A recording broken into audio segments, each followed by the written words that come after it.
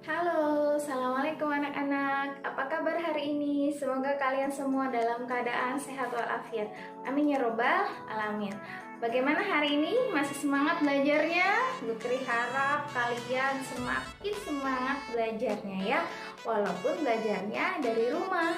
Sama seperti Putri juga bertugas dari rumah. Walaupun sesekali datang ke sekolah, tapi kalian tetap belajar di rumah dan selalu lakukan 3M agar terhindar dari virus corona.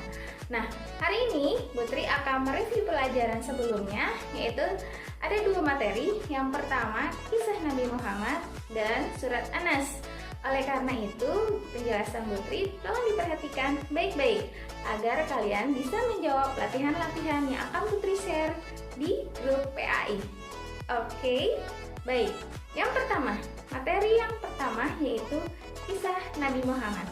Siapa yang tahu Nabi Muhammad nabi yang keberapa? Betul, Nabi Muhammad adalah nabi yang terakhir. Maka dari itu, Nabi Muhammad disebut sebagai Khatamul Anbiya, yaitu penutup para nabi-nabi. Nah, selanjutnya, Nabi Muhammad kapan dilahirkan ya? Kira-kira ada yang bisa jawab? Betul, Nabi Muhammad lahir pada tanggal 12 Rabiul Awal, tepatnya tahun gajah. Kenapa disebut tahun gajah? Karena ketika lahirnya Nabi Muhammad bertepatan dengan penyerangan kota Ka'bah yang dilakukan oleh Raja Abraha.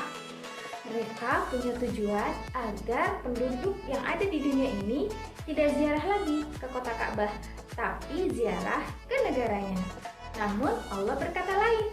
Di dalam surat Al-Fil dijelaskan bahwa pasukan bergajah tidak berhasil untuk menghancurkan Ka'bah, tapi Ka'bah diselamatkan oleh Allah melalui burung ababil. Kalian bisa baca kisahnya di dalam Al-Quran surat Al-Fil ayat 1-5.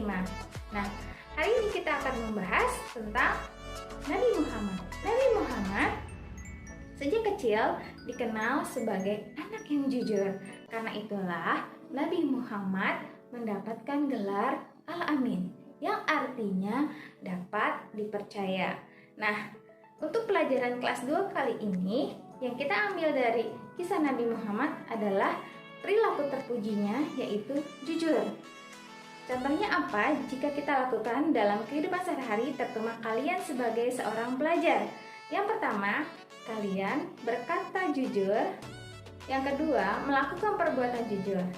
Berkata jujur adalah berkata sesuatu yang sesuai dengan kenyataan, tidak dilebih-lebihkan, dan bukan perkataan yang bohong atau perkataan yang dusta.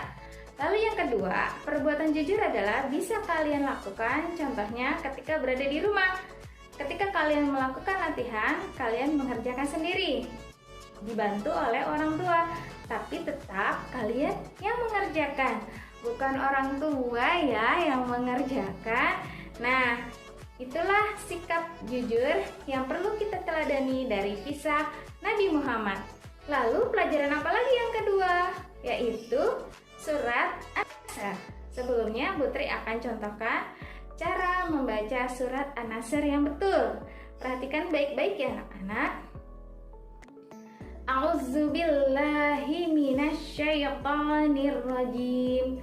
Bismillahirrahmanirrahim.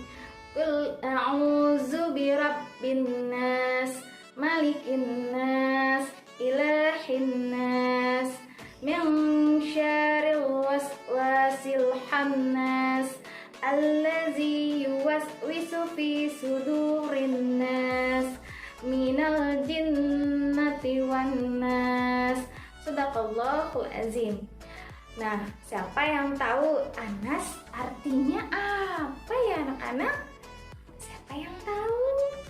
Pinter. Anas artinya adalah manusia. Dalam surat ini Allah menjelaskan bahwa Anas adalah sebuah surat yang menjelaskan tentang manusia. Di dalam surat tersebut, Allah berpesan bahwa kita harus berlindung dari kejahatan makhluknya yang bernama manusia dan jin serta iblis. Oleh karena itu, Allah menyuruh kita sering-sering membaca surat An-Nas. Lalu yang kedua, kita disuruh oleh Allah Subhanahu wa taala untuk berlindung dari godaan setan yang masuk ke dalam hati kita dengan cara membaca surat An-Nas. Nah, sampai sini sudah dimengerti anak-anak atau ada pertanyaan yang lain? Putri rasa kalian sudah cukup jelas ya. Oleh karena itu, jangan lupa nanti kalian kerjakan latihannya yang Putri share setelah ini. Putri akhiri sampai di sini. Wassalamualaikum warahmatullahi wabarakatuh.